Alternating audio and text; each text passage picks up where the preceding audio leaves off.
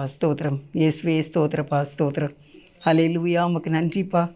நன்றி ஆண்டவர். எங்களோடு பேசுங்க தகப்பனே. கண்ணீரோடு கவலையோடு இருக்கிற மக்களுக்கு ஆற்றுங்க, தேற்றுங்கப்பா. எந்த ஒரு காரியத்தில் இன்றைக்கி ரொம்ப கவலையாக இருக்காங்கன்னு உங்களுக்கு தெரியும்ப்பா. அந்த காரியம் உடைய பிள்ளைகளுக்கு இன்றைக்கி விடுதலை ஆகும்படிக்கு நான் ஜெபிக்கிறேன். சத்தியத்தை அறிவீர்கள், சத்தியம் உங்களை விடுதலை ஆக்கும். இன்றைக்கு இந்த சத்தியத்தை இவர்கள் அறியும் போதே, கேட்கும் போதே விடுதலை ஆக வேண்டும். இன்றைக்கே விடுதலை ஆக வேண்டுமாப்பா. எந்த கஷ்டம் இருக்குது, எதில் வேதனையோடு இருக்காங்க வாழ்நாள் எல்லாம், அதிலிருந்து ஒரு நிரந்தரமான விடுதலையை என் தேவன் கொடுக்க வேண்டும் என்று ஜெபிக்கிறேன். கர்த்தருக்கு ஸ்தோத்திரம். ஆசீர்வதிங்க. நீங்கள் வார்த்தைகளை தாங்கப்பா, பேசுங்க. இயேசுவின் நாமத்தில் நல்ல பிதாவே, ஆமென். கர்த்தர் நம்மை ஆசீர்வதிப்பார். இந்த நாளில் உங்களுக்கு நான் வார்த்தையை என்ன கொடுக்க அப்படின்னா, தலைப்பு என்ன அப்படின்னா, நாம் இருவர் யார்? நாம் இருவர் யார்? நாம் இருவர் யார்? உங்களுக்கு இப்போ நான் சொல்ல போகிறேன். நாம் இருவர் யார் என்று. ஒன்று நன்றி, இன்னொன்று மன்னிப்பு.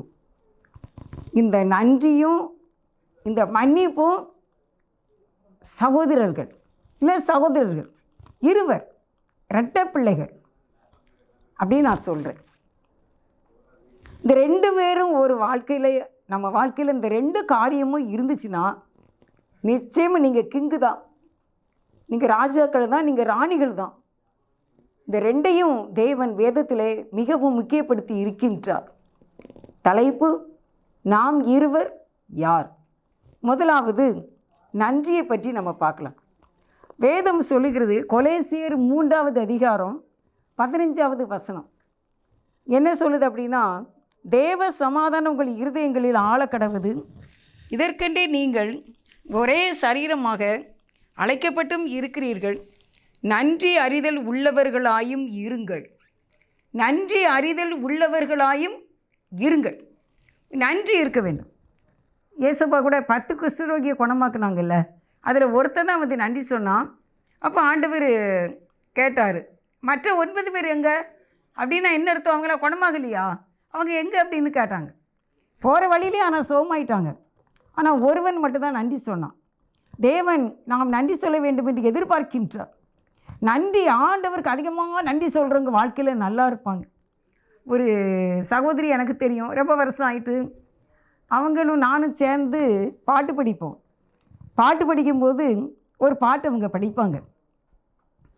இடைவிடா நன்றி உமக்குத்தானே, இணையில்லா தேவன் உமக்குத்தானே, என்ன நடந்தாலும் நன்றி ஐயா, யார் கைவிட்டாலும் நன்றி ஐயா, நன்றி நன்றி நன்றி அப்படி படிப்பாங்க.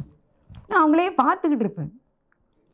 அந்த நன்றி அந்த நன்றி நன்றி அப்படி சொல்லுவாங்க. இந்த நன்றி ஏசப்பட்ட எவ்வளோ சொல்கிறேன் நம்ம. Thank you Lord, thank you master, thank you Jesus. சில பேர் ஒரு ஃபோனில் நம்ம உடனே எடுத்துட்டா கூட பேசிட்டு தேங்க்ஸுக்கா அப்படிம்பாங்க.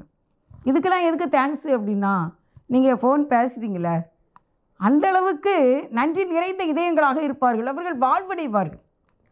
நான் சொன்னல, இடைவிடா தேவனுக்கு நன்றி. அந்த பாட்டு படிக்கும்போது அவங்க ரொம்ப கஷ்டத்தில் இருந்தாங்க. அவங்க பொண்ணுக்கு ரொம்ப உடம்பு சரியில்லாமல் இருக்கும். 10th படிக்கும் போதெல்லாம் சரியான ஒரு கால் வெளியில் அந்த பொண்ணு அப்படி கஷ்டப்பட்டுச்சு. ஆனாலும் இவங்க பாட்டு படிப்பாங்க, என்ன நடந்தாலும் நன்றி ஐயா, யார் கைவிட்டாலும் நன்றி ஐயா, நன்றி நன்றி இடைவிடா நன்றி உமக்குத்தானே, இணையில்லா தேவன் உமக்குத்தானே. அப்படியே அந்த நன்றி பாட்டை ரொம்ப அழகாக படிப்பாங்க. நான் வாசிக்கிற மாதிரியில் படிக்க அவங்க அந்த நன்றியை ரொம்ப சொல்லுவாங்க. கடந்த நாள் அவங்க வீட்டில் ஒரு ஃபங்க்ஷன் வந்துருச்சு. அந்த அந்த பொண்ணு நல்லா படித்து, நிறைய படித்து நல்லா வேலை பார்க்கா. ஒரு செலிப்ரேஷன் அங்கே வச்சுருந்தாங்க. அப்போ நான் போயிருந்தேன். இந்த சகோதரி நான் பார்க்கும்போது பல ஆண்டுகளுக்கு முன்பாக நான் அவங்கள பார்க்கும்போது அப்படி ஒரு கண்ணீரான வாழ்க்கையில் இருந்தாங்க. ஆனால் அந்த நன்றி பாடலை ஊர்க்கமாக பாடினார்கள். ஆனால் இந்த செலிப்ரேஷன் அவங்க வீட்டில் என்னமா நடந்துச்சு தெரியுமா? அந்த ஃபங்க்ஷனில் பெரிய கிஃப்ட்டு கொடுத்தாங்க. அப்படி ஒரு பயங்கரமான ஒரு கிராண்டாக நடந்துச்சு. ஆனால் அன்றைக்கு ஒரு வாடகை வீட்டில் அவ்வளோ ஒரு எளிய வாழ்க்கை வாழ்ந்தாங்க. 50 ரூபா 60 ரூபாய்க்கு மீன் வாங்க கூட அவங்க கஷ்டப்பட்டு வாங்கினாங்க. ஆனால் தேவன் இன்றைக்கு அவங்கள அவ்வளவாய் ஆசீர்வதிச்சிருக்கிறார். எனக்கு அப்படின்னு அவங்கள பார்த்துக்கிட்டே இருந்தேன். அந்த நன்றி தான். நான் சாப்பிட்டுக்கிட்டு இருந்தேன் அங்கே ஃபங்க்ஷனில். அப்போ கூட நினச்சேன், இந்த அக்கா அன்றைக்கு ஏசப்பாவை நன்றி சொன்னது தான் இன்றைக்கு இவ்வளவான உயர்வுன்னு நான் நினச்சேன். நம்ம வாழ்க்கையில் நீங்கள் எப்படியோ இருந்தீங்கள்ல, நீங்கள் இப்போ எப்படியோ இருக்கீங்கள்ல, இதை குறித்து தேவனுக்கு உங்களுடைய நன்றியின் பங்கு என்ன என்று கேட்கின்றேன். நீங்கள் எந்த அளவுக்கு நன்றி சொல்கிறீங்களோ ஏசப்பாவுக்கு அந்த அளவுக்கு தான் வாழ்க்கையில் உயர். இதான் நாம் ஒருவர். அப்படியே மனிதர்களிடத்திலும் நன்றியுள்ளவர்களாக இருக்க வேண்டும். தாவீதுக்கு அந்த கோணம் ரொம்ப இருந்துச்சு. பரிசிலாவை நன்றி கூறினார். பரிசிலாவுக்கு யோனத்தானை நன்றியோடு நினைத்தார். நாத்தான் தீர்க்கதரிசியை நன்றியோடு கவனித்தார். அவர்கிட்ட போனவங்க அவங்க யார் மூலமாக தாவீது ராஜா உதவி பெற்றிருந்தாலும் அவங்களுக்கு எல்லா ஆசீர்வாதத்தை கொடுத்தார். ராஜாவான பின்பு நன்றியுள்ள இதயம். ஆண்டவருக்கு சொல்கிறேன், உயிருள்ள வரைக்குமே நான் பாடுவேன், என் உயிருள்ள வரைக்கும் நான் உண்மை பாடுவேன், எல்லா கீத வாத்தியங்களால் உண்மை நான் பாடுவேன், நன்றி சொல்லுவேன் என்று சொன்னார். அருமையானவர்களே, இன்றைக்கு நன்றியிலே மிக குறைவுள்ளவர்களாக நாம் இருக்கின்றதுனால தான் நிறைய காரியம் நமக்கு சக்ஸஸ் ஆகலை. போராட வேண்டியது இருக்குது, இழுத்துக்கிட்டு கிடக்க வேண்டியது இருக்குது. ஏசப்பாவுக்கு மட்டும் நன்றி சொல்லி பாருங்கள். நான் இன்றைக்கி ஆட்டோவில் வந்துக்கிட்டு இருந்தேன். எனக்கு முன்னால் ஒரு ஆட்டோ போச்சு. நீ இப்போ எந்த நிலையில் இருந்தாலும் நீ வந்த நிலையை நினச்சி பாரு அப்படின்ட்டு அந்த ஆட்டோவில் எழுதிருச்சு. பார்த்துக்கோங்க, நீ எவ்வளோ உயர்வான நிலையில் இருக்க, ஆனால் நீ வந்த நிலையை நினச்சி பாரு அப்படின்னு எழுதியிருந்ததுனால பார்த்து நம்மளே இன்றைக்கி தான் செய்தியாக கொண்டு போகிறோம். இந்த கிராஸ் டிவியில் பார்க்குற மக்களுக்காக ஏசப்பா நமக்கு இதை காட்டுறாங்களே, அற்பமான ஆரம்பம் இல்லை. நம்ம இன்றைக்கி நீங்கள் எல்கேஜிக்கு போகும்போது ஸ்கூலுக்கு அழுதுகிட்டே போனீங்களே, நீங்கள் யூகேஜிக்கு ஃபஸ்ட் ஸ்டாண்டர்டுக்கு போகும்போது நீங்கள் அழுதுகிட்டே போனீங்களே, எத்தனை நாள் சுகம் இல்லாமலாம் நீங்கள் போனீங்க. இன்றைக்கி நீங்கள் டாக்டர் ஆகிட்டீங்களே, இன்றைக்கி இன்ஜினியர் ஆகிருக்கீங்களே, இன்றைக்கி பெரிய ஆஃபீஸராக இருக்கீங்களே, இன்றைக்கி பெரிய டீச்சராக நீங்கள் இருக்கீங்களே. உங்களுடைய பிள்ளைகள் இன்றைக்கி எவ்வளவா ஆசீர்வதிக்கப்பட்டிருக்காங்க. ஆனால் அந்த வந்த நிலைமையை நீங்கள் யோசித்து பார்த்தீங்களா? பார்த்து ஏசப்பாவுக்கு நன்றி சொல்ல வேண்டும். நன்றி சொல்லாமல் நம்மளால் இருக்கவே முடியாதுங்கிற நிலைமையில் வாழ வேண்டும். அருமையானவர்களே, நன்றி மறப்பது நன்றென்று. நன்றியை மறக்கிறது நல்லதே கிடையாது, அது நல்ல குணமே கிடையாது. என்னைக்குனாலும் சரி, அதான் ஆண்டவர் சொல்கிறாரு. ஆண்டவர் எதுலையுமே கரெக்டாக இருப்பாங்க. ஒரு கலசம் தண்ணீர் மாத்திரம் கொடுத்தாலும் அதனுடைய பலனை திரும்பி நீ அடையாமல் போக மாட்டாய். ஒரு கலசம் தண்ணீர் மாத்திரம் மட்டும் அர்த்தம். ஒரு டம்ளர் தண்ணீர் நீ கொடுத்தா, தண்ணி மட்டும் கூட, உணவை சேர்க்கலை, புரோட்டாவை சேர்க்கலை, இட்லி தோசையை சேர்க்கலை, தண்ணி மட்டும் கொடுத்தா கூட அந்த பலனை உனக்கு நான் திருப்பி தந்துடுவேன்னு சொல்கிற தேவன், அவருக்கு நம்ம நன்றி சொல்ல வேண்டாமா? மற்ற மனிதர்களுக்கு நம்ம நன்றி சொல்ல வேண்டாமா? ஆபத்தில் உதவுனாங்கல்ல, நமக்கு எவ்வளோ ஹெல்ப் பண்ணாங்க, நமக்காக பரிந்து பேசுனாங்கல்ல, நன்றி சொல்ல வேண்டாமா அந்த மனிதருக்கு? நன்றியை மறப்பது நன்றென்று நல்லதே கிடையாது. ரெண்டாவது, காலத்தினால் செய்த நன்றி சிறிதெனினும் அது ஞானத்தில், ஞானம்னா உலகத்தை விட பெரிதாமா. படிக்கும்போது தமிழ் வாத்தியார், எனக்கு தமிழ் வாத்தியார் தான் சார். அம்மா வீட்டில் நான் 6ஆம் கிளாஸு படிக்கும்போது எங்களுக்கு தமிழ் சார் தான். அந்த சார் தமிழ் ரொம்ப அழகாக எடுப்பாங்க. அவங்க அன்றைக்கு கற்றுக் கொடுத்து தான் அவங்க எப்படி ஆக்ஷனோடு சொல்லி தருவாங்க. பெரிய சாராக இருந்தாலும் 6ஆவது வகுப்பு பிள்ளைங்க நல்லா சொல்லி தருவாங்க. அன்றைக்கு அவங்க சொல்லி கொடுத்தது தான். காலத்தினால் செய்த நன்றி சிறிதெனினும் அது ஞானத்தில் மான பெரிது. ஒரு இடுக்கமான கட்டத்தில், ஒரு போராட்டமான சிச்சுவேஷனில், கைவிடப்பட்ட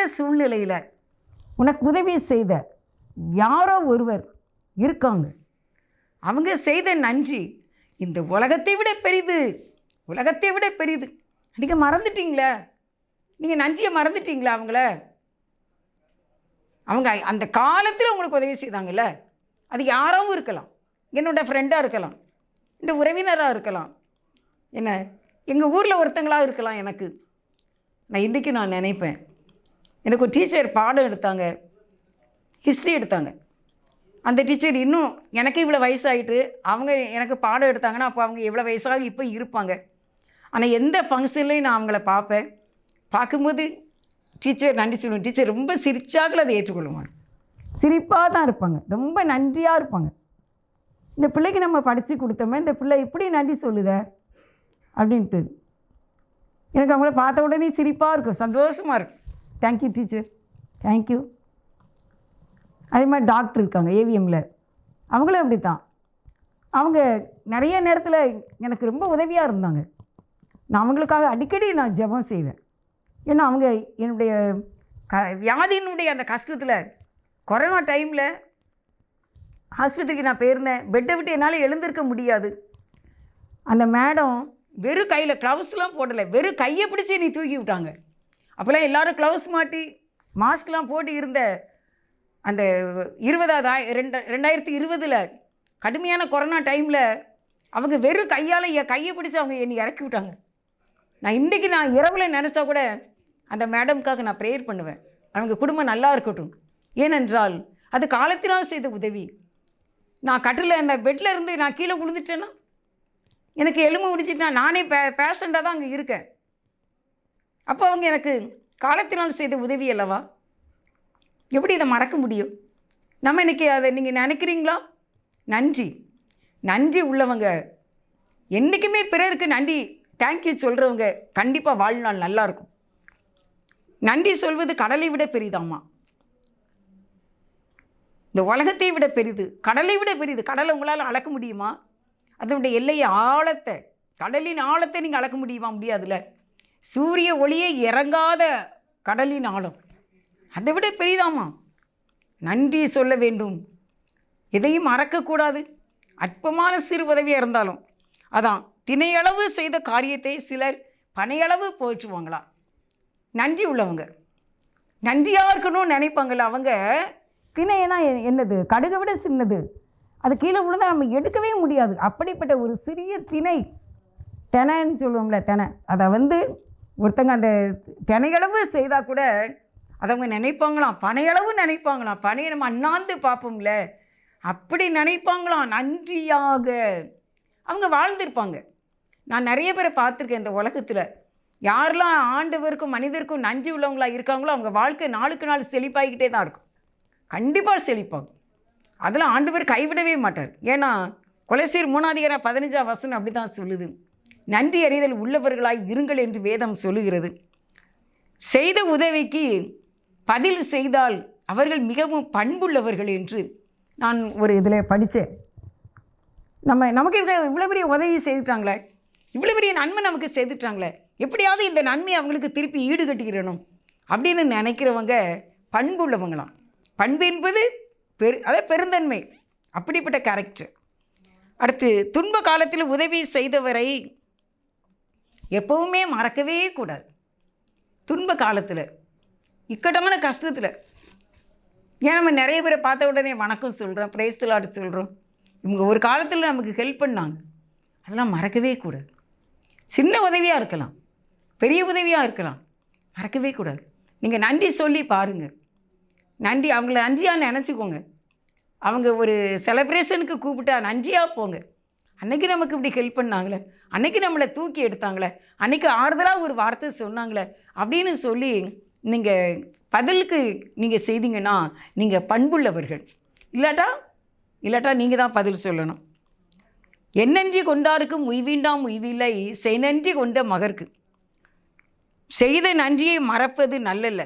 அதாவது என்னன்றி கொண்டாருக்கும் உய்வீண்டாம் உய்வில்லை, செய்நன்றி கொண்ட மகற்குனா, அந்த செய்த நன்றியை மறந்தவங்களுக்கு, அந்த பாவங்களுக்கு எப்படி மன்னிப்பு கொடுக்கிறது? செய்த நன்றியை மறக்கிறது நன்றன்று, நல்லதல்ல. வேதமும் சொல்லுகிறது, நன்றியறிதல் உள்ளவர்களாக இருங்க. அதனால் நன்றி நம்ம என்ன செய்யக்கூடாது, மறக்கக்கூடாது. ஒருவர் உங்களுக்கு சொல்லியிருக்கிறேன், அவர் நன்றி. அடுத்தவரை உங்களுக்கு நான் அறிமுகப்படுத்துகிறேன். கொலோசியர் 3வது அதிகாரம் 13வது வசனம்.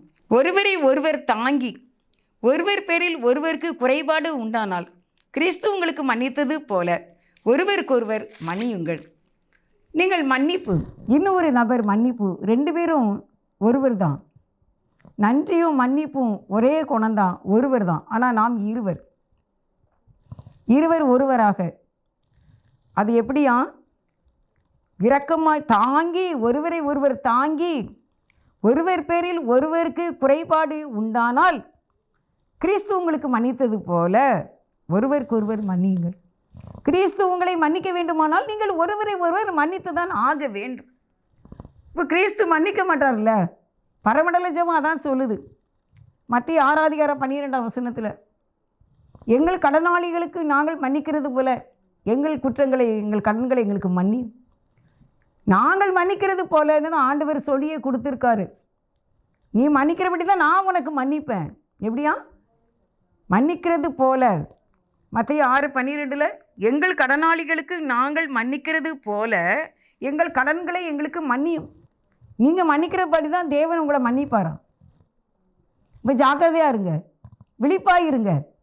மன்னிக்கிறதுல விசேஷமானவங்களாக நம்ம இருக்க வேண்டும். மன்னிப்பு கேட்க பழக்கம் உங்களுக்கு உண்டா? நீங்கள் வாழ்க்கையில் உங்களுடைய தவறுகளை நினைத்து நீங்கள் தேவனிடம் மன்னிப்பு கேட்டிருக்கிறீர்களா? மனிதர்களிடம் நீங்கள் தவறு செய்ததை மன்னிப்பு கேட்டிருக்கிறீர்களா? இல்லையா? தப்பே பண்ணினதே இல்லைன்னு சொல்கிறீங்களா? அப்படின்னா நம்மை வஞ்சிக்கிறவர்களாக இருப்போம் என்று வேதம் சொல்லுகிறது. தேவனிடம் மன்னிப்பு கேட்டிருக்கீங்களா? நீங்கள் தவறு இழைத்தவர்களிடம் மன்னிப்பு கேட்டிருக்கிறீர்களா? இல்லைனா பரிசேயனை போல நான் ஒரு தப்புவே பண்ணலை, நான் ஃபாஸ்டிங் இருப்பேன், இந்த ஆயக்காரனை மாதிரிலாம் நான் கிடையாது, அவன் பாவின்னு இருதயத்தில் அடிச்சுக்கிட்டு இருக்கான், அவனை மாதிரிலாம் நான் கிடையாது அப்படிங்கிற கேட்டகரியில் உள்ளவங்களா நம்ம யோசித்து பாருங்கள். எத்தனை பேர்ட்ட சாரி கேட்டிருக்கீங்க? இப்படி வாழ்க்கையில் நீங்கள் தவறே பண்ணலைன்னா பரிசேயன் தான், பரிசேயனை போலன்னு தான் வேதம் சொல்லுது. அவனை மாதிரி இருக்காதீங்கன்னு சொல்லியிருக்கு. இல்லைன்னா தவறுக்கு மன்னிப்பு கேட்காம காரணம் சொல்லக்கூடியவங்க. காரணம் சொல்லி தான் சவுல் ராஜாவாக இருக்க முடியாமல் போயிட்டு. ஆனால் தாவீது அப்படி இல்லை, தன்னை ஒத்துக்கொண்டதுனால அவர் கடைசி வரைக்கும் ராஜாவாக இருந்தார். ஆதாம் ஏவாள் காரணம் சொன்னாங்க, அதனால் தோட்டத்தை விட்டு வெளியே விரட்டப்பட்டார்கள். காரணமே சொல்லாமல் நாங்கள் பாவிதான் ஏற்றுக்கொண்டவங்க வாழ்க்கையில் ஆசீர்வதிக்கப்பட்டார்கள். இன்றைக்கு அருமையானவர்களே, உங்களுடைய வாழ்க்கையில் நீங்கள் எந்த அளவுக்கு மன்னிப்பு கேட்கிறவர்களாக இருக்கின்றீர்களோ அந்த அளவுக்கு உங்களுடைய வாழ்க்கை வளமாகும். தேவன் எழுதி வச்சிருப்பார், செய்கிற தவறுகளையெல்லாம் எழுதி வச்சிருப்பார். நீங்கள் எப்போ மன்னிப்பு கேட்குங்களோ அப்போ தான் அது அழிக்கப்படும். நீங்கள் மனிதர்களிடத்தில் எப்போ நீங்கள் வாபஸ் பெறுறீங்களோ அப்போ தான் அது மன்னிக்கப்படும், அது அழிக்கப்படும். இல்லைனா பாவ கணக்கு இறங்கிக்கிட்டே இருக்கும். புண்ணிய கணக்கு எப்படி சேரும்? பாவ கணக்கே இருக்கக்கூடாது. நீங்கள் மன்னிப்பு, நீங்கள் தவறு இழைத்தவர்கள்ட்ட மன்னிப்பு கேட்காத, நீங்களும் மன்னிக்காத ஒரு குணம் இருந்துச்சுன்னா நீங்கள் பாவ கணக்கில் தான் இருப்பீங்க. புண்ணிய கணக்கில் நம்ம செல்ல வேண்டும். காரணம் எல்லாவற்றுக்கும் காரணம் சொல்லக்கூடியவர்களாக இருக்கக்கூடாது. அந்த பழக்கத்தை நம்ம மாற்ற வேண்டும். நான் காரணம் சொல்லிக்கிட்டே இருக்கேன், நான் கண்டுபிடிக்கணும் என்னைய. நான் எதுக்குள்ள காரணம் சொல்கிறேன்? நான் தப்புன்னு ஒன்றை செய்யும்போது அதுக்கு நான் காரணத்தை சொல்லிட்டு இருக்கக்கூடாது. சாரிப்பா, ஆண்டவர்கிட்டையும் நான் மன்னிப்பு கேட்கணும், மனக்கசிந்து. மனிதர்களிடமும் நான் சாரி கேட்கணும். மன்னிப்பு கேட்காதவங்களுக்கு, மன்னிப்பு கேட்குற பழக்கம் இல்லாதவங்களுக்கு மன்னிப்பு வரவே வராது. அதை கேட்குறதுக்கு வாய் வரவே வராது, சாரி கேட்கவே மாட்டாங்க. அப்படியானால் நம்முடைய பாவம் தேவன் மன்னிக்க வேண்டுமே, நம்முடைய பாவங்களை ஆண்டவர் மன்னிக்க வேண்டுமே. அப்படின்னா தானே நம்ம பரலோக ராஜ்யத்தை சுதந்திரிக்க முடியும். நான் சின்ன பிள்ளையாக இருக்கும்போது ஒரு பாட்டு கேட்டிருக்கேன், மன்னிக்க தெரிந்த மனமே உனக்கு மறக்க தெரியாதா. அது என்ன பாட்டோ. ஆனால் எங்கள் அண்ணன் மகன்லாம் ரொம்ப பாட்டு படிப்பான், நல்லா சினிமா பாட்டு படிப்பான். நல்லவன் எனக்கு நானே நல்லவன் அப்படிலாம் படிப்பான், என்னையை பார்த்து கிண்டல் அடிச்சுட்டு எங்கள் அண்ணன் பையன். அதே மாதிரி இந்த பாட்டெல்லாம் படிப்பாங்க. மன்னிக்க தெரிந்த மனமே உனக்கு மறக்க தெரியாதா. இப்போ மன்னிக்கவும் செய்யணும், அதே சமயத்தில் மறக்கவும் தெரியணும். ரொம்ப சின்ன பிள்ளையாக இருக்கும் இந்த பாட்டை கேட்டேன், மனசில் இருந்துச்சு. நான் கபடி விளையாடும்போது தோற்று போனால் அடுத்த ட்ரிப் விளையாடும்போது சேர்க்க மாட்டாங்க. அந்த லீடர் என்ன செய்ய மாட்டாங்க, சேர்க்க மாட்டாங்க. அப்போ என்ன செய்வேன் நான், எங்கள் குரூப் வந்து தோற்று போயிட்டுனா அந்த லீடர் வந்து என்னை சேர்க்க மாட்டேம்பாங்க. ஆனால் எனக்கு விளையாட ஆசையாக இருக்கும். அப்போ நான் கேட்பேன், ஏக்கா என்னையும் சேர்த்துக்கோங்க. அப்போல்லாம் சாரின்னா கேட்க தெரியாதுல்ல. ஏன்னா 3வது வகுப்பில் தான் ஏபிசிடியே படிச்சிருக்கோம். அதனால் இங்கிலீஷ்லாம் தெரியாது. மன்னிச்சிக்கோ என்னையும் சேர்த்துக்கோ அப்படின்னு கெஞ்சி கேட்பேன். இந்த ஒரு தடவை நீ மன்னிச்சிக்கோ, அடுத்த தடவை நான் கவனமாக விளையாடுறேன்க்கா, என்னையும் சேர்த்துக்கோ அப்படின்னு கெஞ்சி கேட்பேன் பார்த்துக்கோங்க. அதுக்கு பிறகு தான் அவங்க நம்ம கெஞ்சி மன்னிப்பு கேட்குறத வச்சுலாம் அந்த லீடர் நம்மளை சேர்த்து போடுவாங்க அந்த விளையாட்டுக்கு. நான் குரூப்பே தோற்று போயிடும் ஒன்றையால், உனக்கு விளையாடே தெரில அப்படிம்பாங்க. மன்னிச்சிக்கோங்கக்கா, இனிமேல் நான் சரியாக விளையாடுறேக்கா, சேர்த்துக்கோக்கா அப்படின்னு சொல்லி அவங்க சேர்ப்பாங்க, மன்னித்து சேர்ப்பாங்க. அப்படி தான் இன்றைக்கு ஆண்டவரிடம் நாம் மன்னிப்பு கேட்க வேண்டும், மனிதர்களிடமும் நாம் மன்னிப்பு கேட்க வேண்டும். எங்கள் அம்மா வீட்டில் இருக்கும்போது நான் ஒரு அக்காட்ட ரொம்ப ஏற்று பேசியிருந்தேன். பெரிய அக்கா, அந்த அக்கா நான் 6th படிக்கும்போது அவங்க 9th நம்ம அப்படி படித்தாங்க.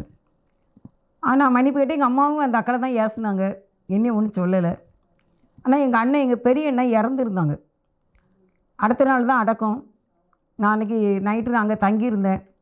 அப்போது எல்லா சொந்தக்காரங்களாம் வந்து அங்கே இருப்பாங்கல்ல. அப்போ இந்த அக்கா வந்து இருக்கும்போது எனக்கு ஞாபகம் வந்துச்சு. நான் அவளை ஒரு நாள் ரொம்ப கடுமையாக எதிர்த்து பேசினேன். விளையாட்டில் தான் தெரியாமல் நான் பேசினேன்.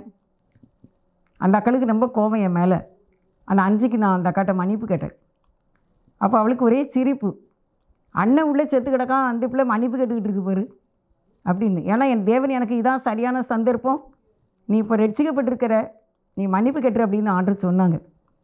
ஆனால் அந்த அக்கா ஒரே சிரிப்பு அவளுக்கு. மன்னிச்சிக்கக்கா அப்படின்ட்டு. நான் ரொம்ப நீ ஏற்று பேசிட்டாக்கா, நீ மன்னிச்சிக்கோக்கா அப்படின்னு. ஆனால் எனக்கு அப்புறம் அதுக்கப்புறம் என்ன ஒரு அமைதி இருந்துச்சு தெரியுமா? இப்படிப்பட்ட பழக்கம் நமக்கு வேணும். நானே கேட்டதே காட் கிரேஸ் தான், நான் இல்லை, தேவனுடைய பெரிதான கிருபை. மன்னிப்பு என்பது நம்ம கேட்பது ஒரு பெரிய காரியம்தான், அது கஷ்டமானது தான். ஆனால் கேட்டு பழகிட்டாங்கன்னா அது அவங்களுடைய வாழ்க்கையிலே ஜெயத்தை கொண்டு வரும், வெற்றியை கொண்டு வரும். பரலோக ராஜ்யத்தின் முன் சுவை மன்னிப்பு. ஒரு புக்கு நான் படித்தேன், ரொம்ப நல்லா இருந்து. ஆனால் தொடக்கத்தில் எழுதியிருந்தாங்க, நீங்கள் வந்து பரலோகத்தின் முன்சுவை என்ற புத்தகத்தை படித்து விட்டு இந்த புத்தகத்தை படியுங்கள் அப்படின்னு. அப்போ இந்த புக்கை நான் எங்கே போய் தேட? நான் ஒரு தம்பிகிட்ட திடீர்னு ஒரு நாள் பார்த்தேன். அவர் ரட்சிக்கப்பட்ட பையன்தான். தம்பி, எனக்கு பரலோகத்தின் முன்சுவை அப்படின்னு ஒரு புக்கு இருக்காமல் எனக்கு வேணும்னு. அது வீட்டில் இருந்துச்சு. உடனே எனக்கு எடுத்து கொடுத்தான். அந்த புத்தகம் முழுவதுமே மன்னிப்பு தான் எழுதியிருந்துச்சு. நீ மன்னிக்க வேண்டும், பிறரை மன்னிக்க வேண்டும், தேவன் உன்னை மன்னிக்க வேண்டும். அதுதான் பரலோகத்தின் முன்சுவை என்று எழுதப்பட்டிருந்தது. நான் ஆண்டவர்கிட்ட கொடுத்தேன், நான் மன்னிப்பு கேட்குறேன். தெரிஞ்சும் செய்வோம், நம்ம தெரியாமையும் செய்வோம். எல்லாவற்றையும் மன்னிப்பு கேட்க பழக வேண்டும். மன்னிக்கப்படும் போது ஆசீர்வாதம், தேவன் நம்மையும் மன்னிப்பார். தேவ ஆசீர்வாதங்களை பெற்றுக்கொள்வது நிச்சயம். அதனால் இன்றைக்கு அருமையானவர்களே, மன்னிப்பும், மற்றவர்களுக்கு மன்னிப்பு கொடுப்போம், நாமும் மன்னிப்போம், தேவனிடத்திலே மன்னிப்பு கேட்போம், மன்னிப்பை பெற்றுக்கொள்வோம்.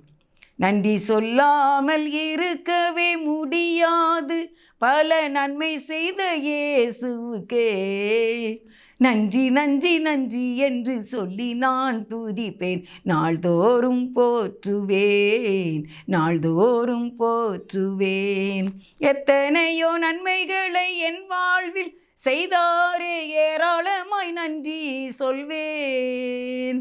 எத்தனையோ நன்மைகளை என் வாழ்வில் செய்தாரே, ஏராளமாய் நன்றி சொல்வேன். அத்தனையும் நினைத்து நினைத்து நான் துதிப்பேன், ஆண்டவரை போற்றுவேன், ஆண்டவரை போற்றுவேன். நன்றி சொல்லாமல் இருக்கவே முடியாது, பல நன்மை செய்த இயேசுவுக்கே நன்றி நன்றி நன்றி என்று சொல்லி நான் துதிப்பேன், நாள்தோறும் போற்றுவேன், நாள்தோறும் போற்றுவேன். கர்த்தர் உங்களை ஆசீர்வதிப்பார். God bless you.